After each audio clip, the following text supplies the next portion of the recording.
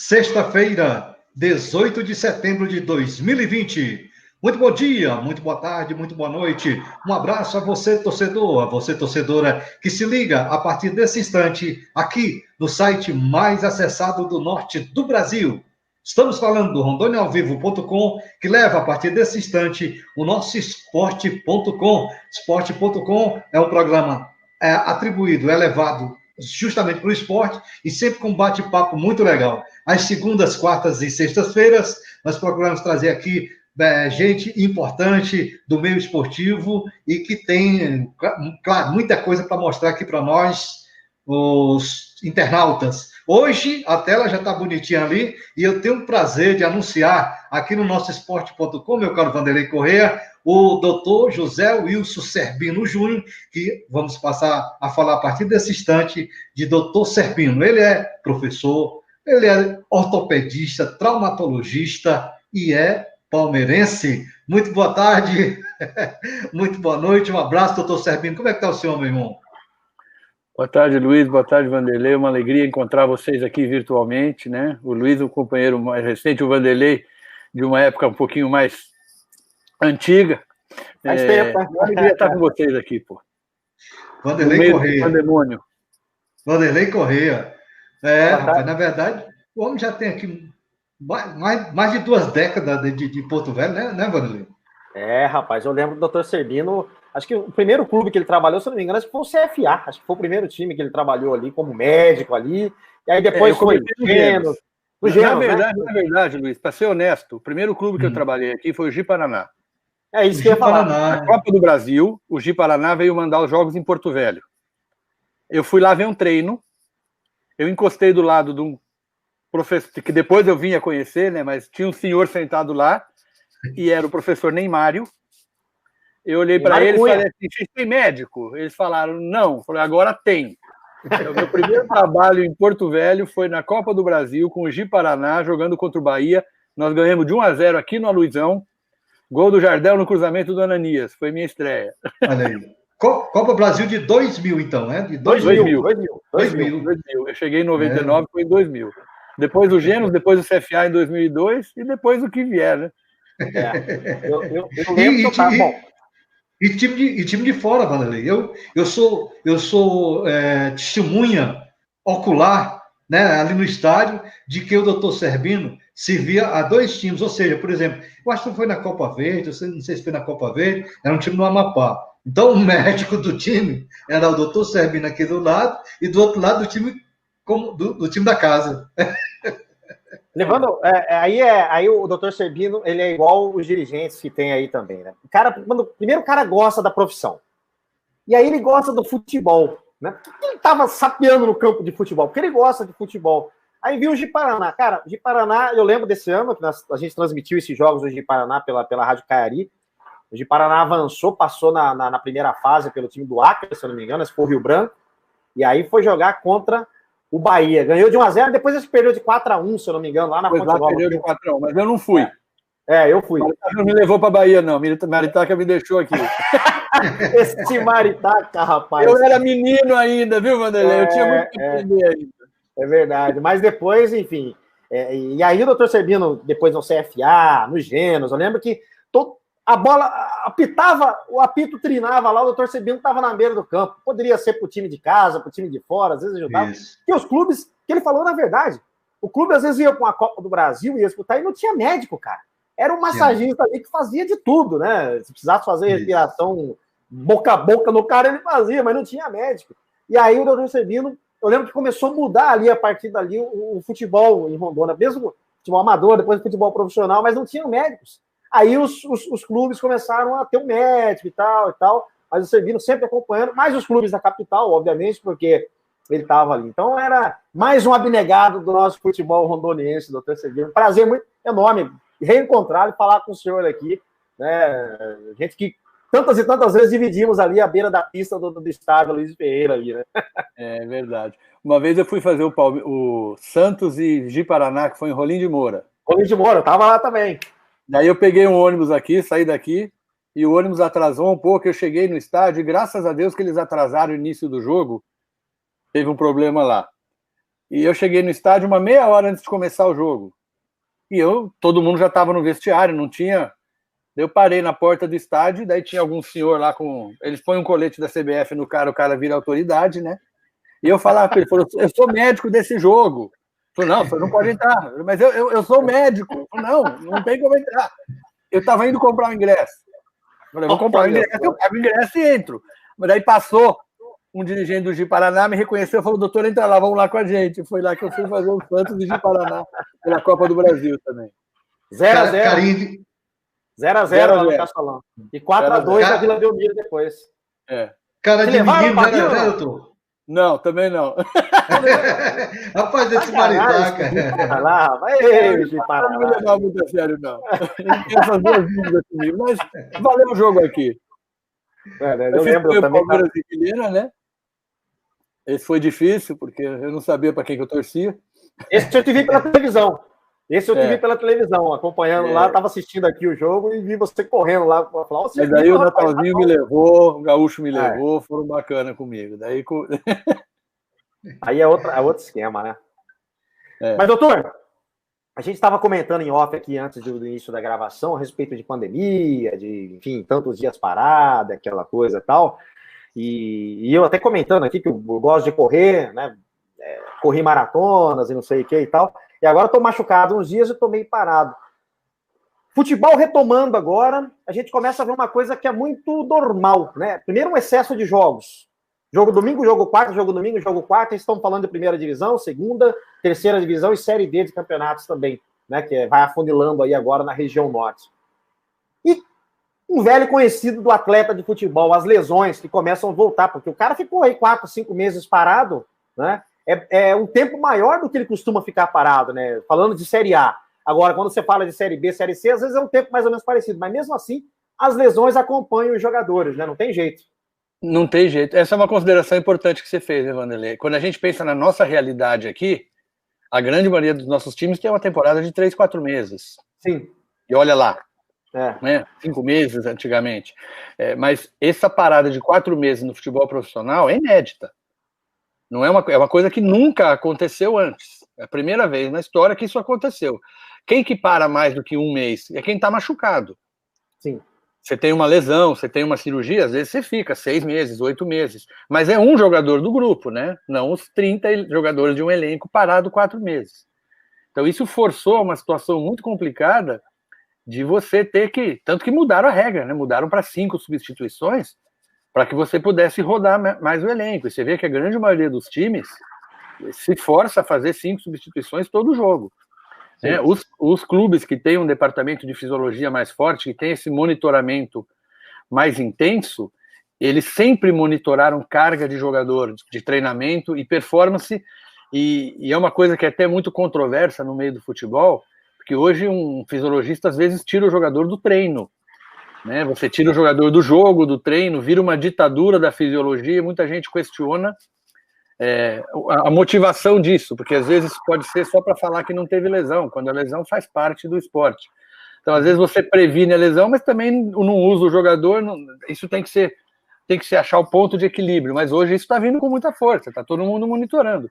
O Palmeiras jogou domingo à noite, embarcou para a Bolívia, jogou a 3.700 quilômetros ontem, joga no domingo em Porto Alegre e joga na quarta-feira no Paraguai, e domingo pega só o Flamengo. Então, olha essa sequência. Se você não rodar o elenco, né, você já tem hoje, na Europa, que começou um pouco antes da gente, uma situação de um aumento muito grande do número de lesões musculares. Então, se extrapola essa preocupação também para o paciente normal, para o atleta recreacional, sabe, Vanderlei? Nessa pandemia, a gente viu no início as academias todas fechadas. Então, o que sobrou para o pessoal fazer foi exercício em casa, caminhada e corrida. Na retomada, eu já voltei a trabalhar uns 2 meses, a gente está com um índice muito grande de lesões por sobrecarga. As lesões, não só lesão muscular, mas tendinopatia. Eu já peguei, nesses 2 meses, 3 fraturas por estresse em corredor, que era gente que parou de fazer o trabalho muscular, começou a correr e aumenta a carga de corrida e não conseguia fazer a prevenção. Então, essa sobrecarga da pandemia é uma coisa inédita para a gente, mas realmente no esporte está acontecendo. um exemplo que você falou aí, questão de corrida. Eu estava fazendo academia e correndo, beleza. Com esse negócio de pandemia, as academias fechadas, inclusive do próprio prédio que eu moro aqui, então você tem que fazer ali o teu espaço acadêmico, de academia ali, né, um quartinho ali, você vai ali fazer esses exercícios e tal. Só que, cara, você faz isso 2 semanas. Depois você não tem mais saco para ficar naquilo ali. E outra, você não tem carga, você não tem peso, você não tem aquela coisa. E aí o que sobra? A corrida. Vamos correr. Aí correndo todo dia, ao invés de correr 2, 4, 5 vezes por semana, correndo 7 vezes na semana, todos os dias. E sem conseguir fazer a prevenção muscular, né? Sem fazer o trabalho muscular preventivo. Eu vim ter uma lesão aqui que fazia pelo menos uns 4 anos que eu não tinha, que é de panturrilha, estiramento em panturrilha, essas coisas e tal, porque você força, você não consegue baixar o peso, porque você não tem toda aquela, né, não tem toda aquela explosão, e aí você vai forçando, acaba estourando. Né? No meu caso, que sou um atleta amador. Agora, o que é o preventivo disso, doutor? Para evitar essas lesões? Tem alguma coisa que dá para se fazer para evitar, ou pelo menos diminuir um pouco isso?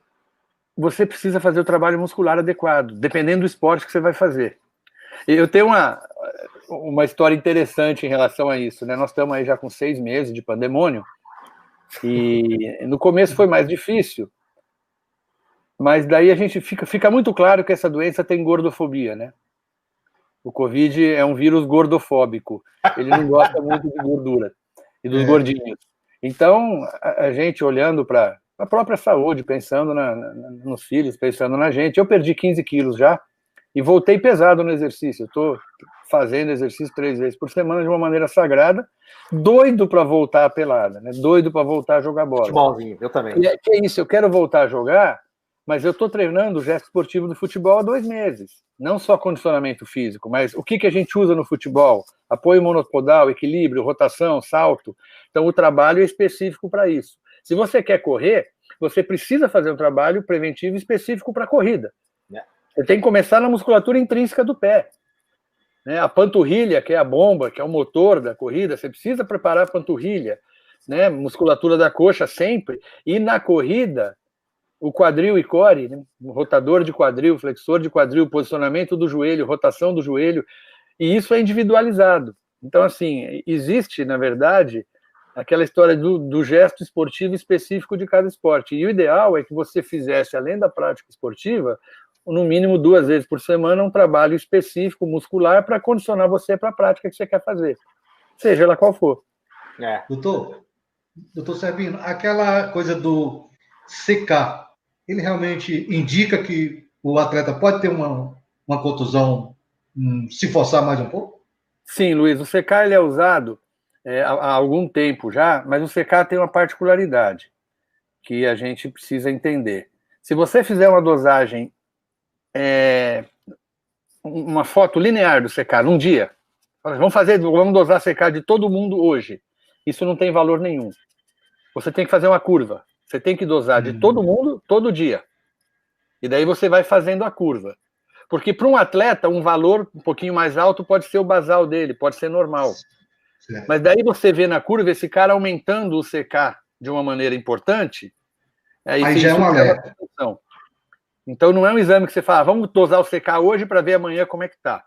O que o pessoal tem usado? O pessoal usa muito o CK, eles usam muito a análise de dados do treino, né? Hoje você tem muito dado para analisar de carga e volume de treino. Eles usam as escalas de cansaço, as escalas de fadiga, que é a percepção pessoal do próprio jogador, e isso é muito importante, principalmente quanto mais experiente o jogador for, né? O cara que olha no olho do jogador e fala qual que é, como que vai ser, né? E, em alguns casos, a termografia também tem ajudado, mas a termografia tem que ser vista com muito carinho, porque uma câmera termográfica que realmente vai te dar a informação, ela custa quase R$100 mil. Não adianta tirar uma câmera termográfica do bolso e achar que está fazendo prevenção de lesão, como eu vejo gente fazendo aí até em nível recreacional. E a termografia também tem que ser feita sempre da mesma maneira, sempre na mesma condição. Se o atleta ficou sentado um pouquinho na maca e vai fazer a termografia na hora, isso pode alterar a resposta. Então, quem faz isso faz de uma maneira padronizada e constante. E essa leitura contínua vai dar essa condição de prevenção de lesão. Mas ela faz parte do esporte, né? Sim. Você às vezes vai fazer tudo certinho e você não consegue evitar. Principalmente porque os dois fatores principais de prevenção de lesão, que estatisticamente mostram uma diferença importante, são reposição alimentar e repouso. Então, o clube põe um restaurante hoje dentro do vestiário, né? A seleção brasileira janta dentro do vestiário com o garçom servindo. A grande maioria dos clubes tem a pizza. Tem até aquele caso engraçado, né, da Portuguesa em São Paulo, que a torcida puta da vida assaltou o motoboy que estava entregando as pizzas no vestiário e deixou sem pizza. Então, você repõe o carboidrato, e hoje a gente sabe que carboidrato e proteína, nesse intervalo de 2 horas após a competição, isso é importante demais, né? A alimentação, também a manutenção, a prevenção, o pós-treino, o pré-jogo, isso previne lesão. E a segunda coisa que previne lesão é repouso. E repouso envolve dormir bem e dormir na hora certa. E aí é uma coisa que às vezes a gente tem um pouquinho de dificuldade com o atleta profissional, né? Que não adianta nada você fazer tudo isso e o poker ir até as 3h30 da manhã. Usar é isso que eu ia falar, doutor. Você tem o esporte de alto rendimento, né? Você pega, por exemplo, São Paulo. Já teve jogo São Paulo e Corinthians, 11 horas da manhã. Aqui tava um calor em São Paulo, um calor que era um negócio fora de série. Parecia a Copa do Mundo de 94, um negócio assim, escaldante. E aí você começa a ver a diferença, né, do jogador que às vezes ele tá na balada, tá não sei o quê, que os caras, que a torcida não perdoa, né? Não adianta, o cara não vai render, né? Hoje em dia ele tem que ser muito fora de série, Lelê. Quando você pega o futebol europeu, porque a gente tem que ser honesto, os puros sangue estão lá, né? Os caras que estão lá, eles são mais completos do ponto de vista físico, técnico, tático, de cabeça, de preparo mental. O nível de profissionalismo desses caras é muito maior. Sim. Entendeu? Daí quando o cara volta, você vê um Zé Roberto jogando até os 44, 42, 44 anos, o cara saía do jogo e ia para a piscina dele fazer recuperação. Né? O goleiro, ele evita qualquer coisa de álcool, de refrigerante, porque pode alterar um pouquinho do reflexo. Hoje a gente tem no futebol muitas ações de muita velocidade e de pouco tempo. Então são ações de 20, 30 metros. Né? Se tiver 1% de diferença, dá 30 centímetros. É o tamanho do pé que chegou antes na bola e fez ou tirou o gol. Então hoje o detalhezinho, mesmo no esporte como o futebol, que você tem os 90 minutos ali, e se você não tiver essa condição física, você não faz uma marcação alta por um tempo maior, você não consegue isso, né? Tem muita gente que explica a derrocada do Flamengo esse ano em relação ao ano passado, que o ano passado não tinha como enfrentar os caras. Mas eles estavam com 80 minutos, 85 minutos de jogo, marcando alto, pressão em cima do outro time. Você precisa ter físico para isso. Né? E dizem que esse ano, com a pandemia, a coisa atrapalhou um pouco. Então, hoje a parte física do futebol é muito importante. E o treinamento é muito importante, mas a colaboração do atleta e a compreensão do atleta é muito importante. Qualquer um de nós que já jogou uma pelada, daí você vai jogar com os nossos atletas aqui, que são atletas de nível de Série C ou Série D. Então, eles já são acima da média da população normal. Sim. Você não consegue brincar com esses caras. Não dá. É um nível muito maior do que o nível físico normal. Daí você imagina o nível dos caras que estão competindo em realmente alta performance, é muito grande, cara. Então, é uma máquina que tem que funcionar com um sincronismo muito grande. Mas tem uma parte que depende muito do próprio atleta para isso funcionar. Tem que ter comprometimento do atleta, né? Vamos falar da região norte. O senhor que está aí já há 20 e tantos anos aí, conhece muito bem a região, e isso tem uma variação, né, de regiões por regiões, clima, fatores climáticos, essas coisas e tal, gramado, condições de gramado, tudo isso. Hoje, tem em algumas, por exemplo, eu lembro que quando começaram os campos de grama sintética em Porto Velho, né, logo no início, acho que foi o do Nico e Arthur Soccer, que foi isso, foi o Nico e Arthur. Começou a ter muito problema de lesão no joelho. O pessoal torcia muito o joelho aí, porque o pessoal não estava acostumado com grama sintética, né? E queriam jogar com chuteira de trava, aquela coisa. Tanto que eu lembro que o Nico ainda falou, o melhor tênis para jogar aqui é o tênis de futebol de salão, se não estiver chovendo, porque você não vai travar o pé e não vai torcer o joelho. Eu lembro que ele mesmo parece que torceu o joelho. Eu operei ele. Então, aí, ó, tá vendo? Eu operei ele. Olha como eu tenho memória. Nico e Arthur, dois amigos, né? O Arthur foi preparador físico do CFA, campeão. Isso, eu lembro dele. Um cara maravilhoso também. Manda um abraço para ele aí. E tem uma peculiaridade, tem tipos de lesões diferenciadas aí na região, Porto Velho, a gente precisa diferenciar, Vanderlei, o tipo de gramado artificial. Uhum. Essa grama artificial que a gente tem lá no Atlético Paranaense, que tem no Allianz, ou onde se jogou a final da Copa do Mundo, né? Porque quando falam que o Palmeiras não tem grama, eu lembro para todo mundo que a final da Copa do Mundo foi jogada num gramado sintético. Não tem nada a ver com essa grama que a gente tem nas arenas de society. É uma coisa completamente diferente, é um produto completamente diferente. Uhum. O que acontece nesses gramados sintéticos, né? O meu filho treina na escolinha, muitas vezes no gramado sintético, é uma coisa que faz parte da vida da gente. É que o atrito é um pouco maior. Então, toda vez que você aumenta o atrito, você melhora um pouquinho a performance de velocidade, mas você diminui a segurança. Então, você não precisa nem falar do sintético, você pode ir direto para o salão. O futebol de salão, por você não ter aquele deslizamento, né? Você não tem o escorregar que você tem no campo num gramado, por exemplo. O futebol de salão ele tem um índice de lesões maior do que o futebol profissional, dessas lesões que envolvem uma torção rápida. Então, lesão de menisco, por exemplo, é mais comum no salão do que no campo, na maioria das vezes, por uma peculiaridade do piso. E o society sintético está entre os dois. Então, ele tem... Porque a gente vê, todos os estudos que falam em gramado sintético não mostram aumento de lesão. Mas isso eu estou falando do gramado sintético do futebol profissional. Sim. Quando a gente fala do society, ele tem, sim, um pouquinho menos um pouquinho mais de lesão, por ter um pouquinho mais de atrito, né? Por ter um pouquinho mais de... Como fala o boleiro, o pé prende um pouquinho mais quando você vai jogar. Mas a gente joga salão também, no salão, teoricamente, até pior. Eu não acho que isso seja uma contraindicação para você jogar a bola no society, muito pelo contrário, né? É importante conhecer isso e a gente volta naquela conversa. Quem faz um trabalho preventivo para jogar bola tem uma chance muito menor de ter lesão. Os números são assustadores, Vanderlei. Quando a gente começou a ver isso, falam em 7 vezes. Se você faz um trabalho preventivo no futebol, porque hoje qualquer clube do interior de Rondônia conhece o F11+, ou F11, que é o Programa de Prevenção de Lesão da FIFA. Está lá no site da FIFA. Isso quando apareceu há 10 anos, a gente, quando chegava um preparador físico aqui, a gente levava na clínica e montava junto com o cara e ensinava o cara a fazer. Porque isso fala em até 7 vezes a diminuição de número de lesão do joelho. Olha só. Porra, isso é muito, né? Seja no futebol profissional ou no recreacional. No profissional hoje já é uma realidade, hoje todo mundo já faz. No recreacional, a gente ainda tem muito peladeiro de fim de semana. Se fizesse um condicionamento aeróbico, um condicionamento muscular, teria muito menos lesão e se divertiria muito mais na pelada, né? Porque você consegue jogar melhor, consegue render mais, você consegue se divertir mais. Era a próxima pergunta que eu ia fazer, desculpa, Luiz. Mas, por exemplo, aí a gente tem as peladas, as várzeas, não sei o que e tal, que eu já transmiti, já joguei muito também na várzea aí e nas peladas.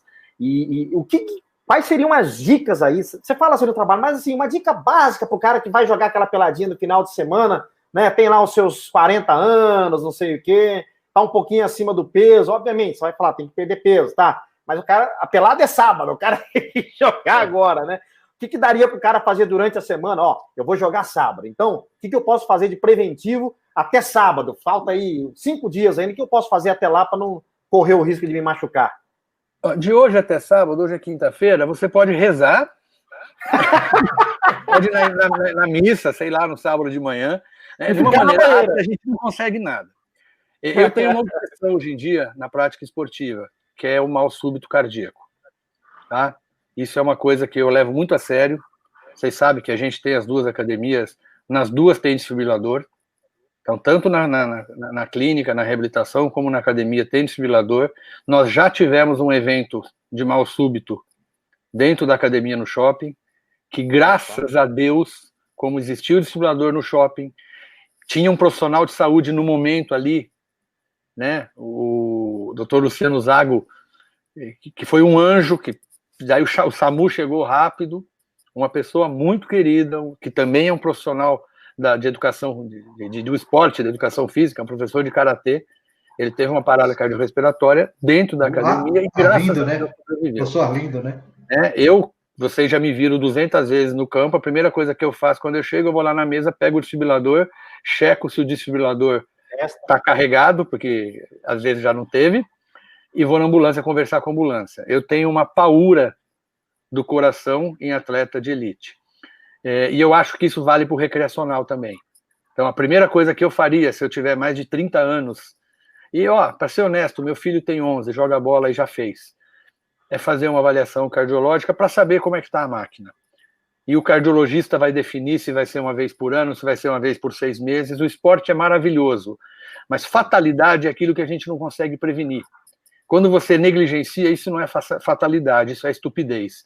E a gente não pode perder gente, seja profissional ou recreacional, por estupidez. Sabe? Então, se eu sou boleiro, eu procuro um cardiologista todo ano para fazer uma avaliação do coração, porque não vale a pena correr esse risco. E hoje existe um conceito muito claro de prevenção de lesão do futebol, que é o gesto esportivo, que é isso que eu estava falando para você. Eu estou há 2 meses fazendo gesto esportivo de bola. Você vai lá no treino, 80% perna, deslocamento lateral, salto, apoio no podal. Você faz o trabalho de musculação misturado com o trabalho funcional, voltado para a prevenção do futebol. Então você vai melhorar a performance e diminui risco. Porque quando você salta, a posição que o teu joelho cai é importante na prevenção da lesão. Então, mas isso tem que ser treinado, o teu cérebro tem que ser condicionado. Então o segredo, na minha opinião, é fazer no mínimo 2 vezes por semana um trabalho de musculação específico, preventivo. Seja para o futebol, para a corrida, para o vôlei, para a natação, porque tem o ombro, para o tênis, porque tem o cotovelo, para prevenir a lesão específica de cada esporte. É mimetizar o que a gente usa no profissional de uma maneira mais intensa para o recreacional. Prevenção, Wanderlei. Prevenção é juízo. É a palavra. É isso. Verdade. Tem razão. Wanderlei Corrêa, esse show de aula que o doutor Servín está dando aqui para nós, aqui do esporte.com, e o tempo passa muito rápido. Agora, ele colocou uma palavra aí, burrice, com relação à prevenção, e aí eu pergunto o seguinte, nós conversamos também aqui em off, com relação, agora passando por essa pandemia, doutor, os jogadores, atletas do Boca Juniors, né, Wanderlei, agora por último, a Conmebol, a parte de saúde da Conmebol não teve o que fazer, liberou os atletas do Boca Juniors que vinham ou tiveram esse contágio do Covid, mas como está com um certo período que não apresenta o problema, aí eles liberaram para jogo. Eu lhe pergunto, isso é normal, doutor? O senhor que faz parte também da área de saúde da CBF, porque o atleta teve e não pode voltar, doutor, a ter esse problema? É muito complicado, né, Wanderlei? Essa tomada de decisão da comissão médica, eu não sei os detalhes da Conmebol, mas o que chega para a gente fica uma coisa meio estranha, né? Parece haver um envolvimento de necessidade do peso da camisa do Boca Juniors disso. Você pega, que foi o que a gente comparou, você pega todos os protocolos da CBF, né? A Comissão Nacional dos Médicos de Futebol da CBF, eles montaram um grupo específico para tratar de Covid. Então, há um tempo atrás, o Dr. Roberto Nishimura, que é médico da Ponte Preta, o Beto se afastou da Ponte para fazer esse trabalho junto com o Dr. Pagura na CBF. O Beto estava me ligando, perguntando, descobre para mim aí o médico do Ji-Paraná, porque eles vão jogar a Série D e eu preciso falar com o cara. Então, no Brasil, isso está sendo levado de uma maneira muito séria, existe um monitoramento muito sério, não é perfeito, porque os exames também não são perfeitos, né? Mas existe uma linha de condução muito clara do processo. Né? A gente teve problemas no Campeonato Brasileiro, mas você vê que a solução veio muito rápida de uma forma objetiva e seguindo uma linha de conduta que foi melhorada, alterada, conforme os casos vão aparecendo, porque era uma coisa inédita. Né? Então, me estranha, de repente, um número grande de atletas contaminados, positivados, se realmente não foi feito um outro teste, como aconteceu recentemente com o Bragantino, né, que foram ver que era um erro do teste e não um erro uma contaminação do jogador, mas me estranha você liberar não só para jogar, mas para viajar, tirar de país e etc. Ontem, vendo o jogo, eu ouvi a notícia de que o Daronco, que estava na Argentina para apitar um jogo, tinha positivado. Está afastado. Vou deixar o Daronco lá de quarentena 14 dias e não vai poder apitar o jogo. Então, parece muito estranho, né, Luiz? Fica uma coisa meio difícil de entender, mas precisaria dos dados completos do caso para poder realmente julgar. Mas não seria o normal você ter um monte de atleta positivado e liberar para ir para o jogo. Não é, por exemplo, a conduta que está tomando a própria CBF, né? Isso. Então, agora nós tivemos aí o próprio Santos conseguiu, junto o TJD, não sei quem, jurídico, liberou o Raniel para jogar na terça-feira pela Libertadores América. Faz 10 dias que ele pegou Covid. Eu faço a comparação daquela. Você tem teu filho. Você deixaria teu filho ir na escola sabendo que tem 14 meninos lá com Covid, mas eles não falam que não transmite mais? Eu não faria. Medo, cara. Isso faria sentido se você tem um exame que te dê, por mais que a gente tenha dúvida, se você tem um IgG alto, se você negativou IgM, né? Existe...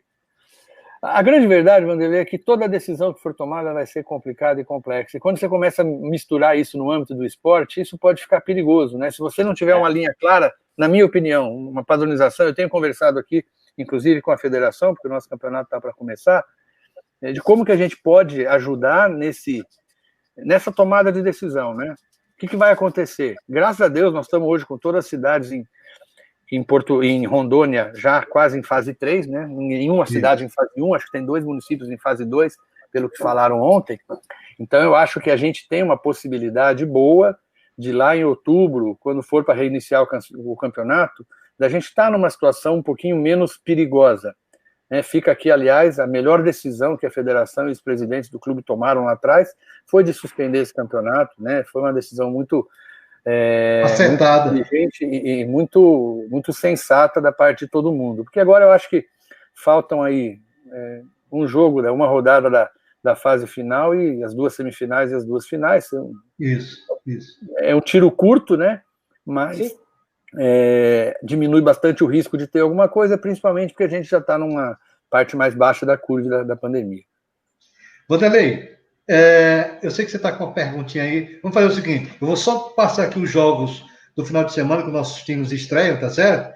E aí eu estou servindo para encerrar o nosso programa, tá bom? Porque o papo tá bom. Vai lá. Ji-Paraná e a equipe do Vilenense estreiam neste final de semana. Ji-Paraná joga em casa domingo contra a equipe do Atlético Galo, lá do Acre, tá certo? Esse jogo às 15 horas, nosso horário, lá no Biancão. O árbitro é João Enio Sobral, que é do Rio de Janeiro. Os 2 assistentes daqui, o Valdebrânio e o Gilberto, tá certo? O quarto árbitro, o Michael Pessoa. E o analista, o nosso Almir Belarmino Caetano. Então, esse é o jogo de domingo no Biancão. Já a equipe do Vilenense vai jogar em Bragança. Bragança, que não é em São Paulo, é Bragança lá no Pará, meu irmão. Contra o Bragantino do Pará. Um time carne de pescoço. Já jogou contra o meu tricolor de aço do PC, né, pela Copa do Brasil. Eu vou dizer uma coisa: Vilenense, se cuide, tá certo? Dia 20, lá em Bragança, 15 horas também. Já esse aqui não tem arbitragem, eu não passei aqui a arbitragem.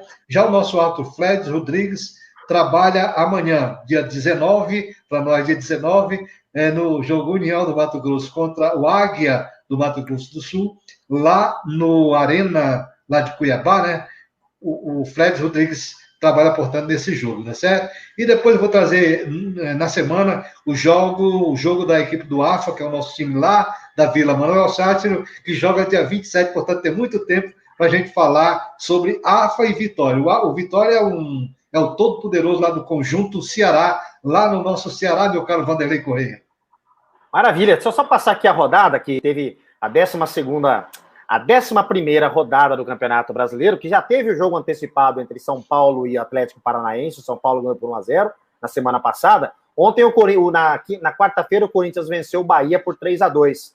Bragantino, Red Bull Bragantino e Ceará vão se enfrentar também neste sábado. Fortaleza e Internacional, Atlético Goianiense e Atlético Mineiro, Grêmio e Palmeiras no domingo às 16 horas, Grêmio, Palmeiras aí do Dr. Servino, Curitiba e Vasco, Botafogo e Santos, Sport Recife e Fluminense, Flamengo e Goiás. Dr. Servino, queria agradecer a sua participação aqui, perguntar o seguinte: Palmeiras vai ser campeão brasileiro ou da Libertadores? Vanderlei, não sei, viu, cara? Tô brincando. Eu vou falar para você com sinceridade, esse campeonato está aberto, eu não vejo nenhum adversário favoritaço, assim, que você possa falar sim. Que não dá para ganhar. Vai depender dos meninos. Entendeu? Vai depender dos meninos encaixarem no sentido. Daí você vê o Gabriel Menino fazer o que fez ontem, cara. Golaço, Eu golaço. tenho um amigo que trabalhou com o Vanderlei Luxemburgo, porque ele sempre fala uma coisa. O Vanderlei, ele sempre encaixa o time. Chega uma hora que ele vai tentando, e uma hora ele acha o time, ele encaixa o time, e daí ele vai criando variações em cima disso. E ele falava, porra, não tá encaixando, o Palmeiras estava jogando muito mal.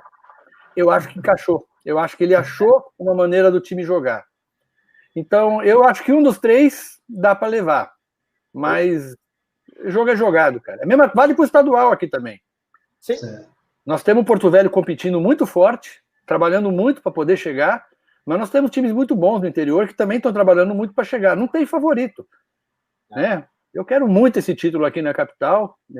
A gente que da capital precisa disso. A gente precisa levantar esse futebol.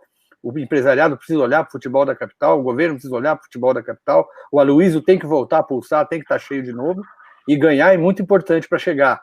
Mas você pode fazer o trabalho que for, favorito não tem, a bola começa a rolar, meu velho, é 11 contra 11, e tem que ver que todo mundo quer, quem quiser mais leva, né? Doutor Luiz, tem que convidar o doutor de novo. Pois é, não convidar, e eu vou dizer uma coisa, depois de uma vitória do Palmeiras, não, mas ele sempre foi assim, leve, legal, papo bom. Doutor, muito obrigado, viu? Da minha parte, eu fico muito agradecido e eu tenho certeza que os internautas ficarão muito contentes com essa explanação, com esse show, com essa aula que o senhor deu. Muito obrigado, doutor Sebino. Gente, eu queria mandar um abraço para vocês dois, são dois amigos queridos de momentos diferentes aqui do futebol. A gente tem em comum, acho que essa paixão pela bola e pela bola rondoniense. Muito bom te ver, Vanderlei. Fazia tempo que eu não te via. Prazer todo meu, cara. Luiz, e fico à inteira disposição de vocês sempre, porque vocês precisarem. É um prazer enorme. Agradeço muito o espaço e o convite. Tá? Foi ótimo. Com você, Vanderlei. Doutor Sebino, obrigado pela sua participação. Até a próxima. Boa sorte aí. Bom retorno ao seu futebolzinho, a hora que voltar a bola rolar. Eu ainda preciso me preparar. Depois dessa aula que o senhor deu, vamos preparar daqui mais uns 30 dias ainda, para depois eu voltar no futebol. Até lá, acho que já libera o futebol pra gente aqui também. Abraço, doutor Sebino. Luiz Carlos Pereira, bom final de semana a todos os internautas. Segunda-feira estaremos de volta nesse mesmo bate-canal, nesse mesmo bate-horário. Fica aí, doutor Sebino. Vamos falar em